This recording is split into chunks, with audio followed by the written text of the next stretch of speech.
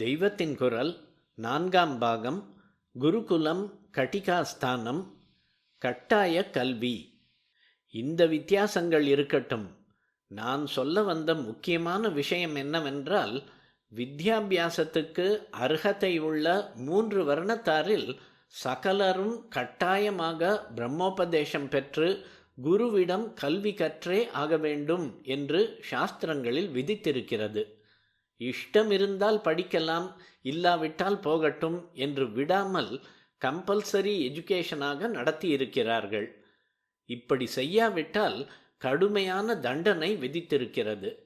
அக்காலத்தில் யாரும் ரொம்ப பெரிய தண்டனையாக நினைத்து அவமானப்பட்டது ஜாதி பிரஷ்டம்தான்.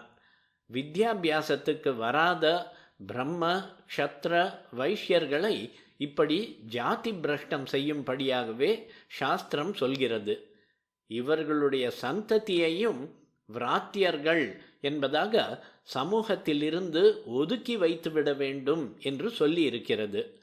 வேத ஞானமும் கல்வி அறிவும் அவற்றுக்கு தகுதி பெற்ற எல்லாரிடமும் பரவுவதை இவ்வளவு முக்கியமானதாக நம்முடைய பூர்விகர்கள் கருதி வலியுறுத்தி இருக்கிறார்கள்.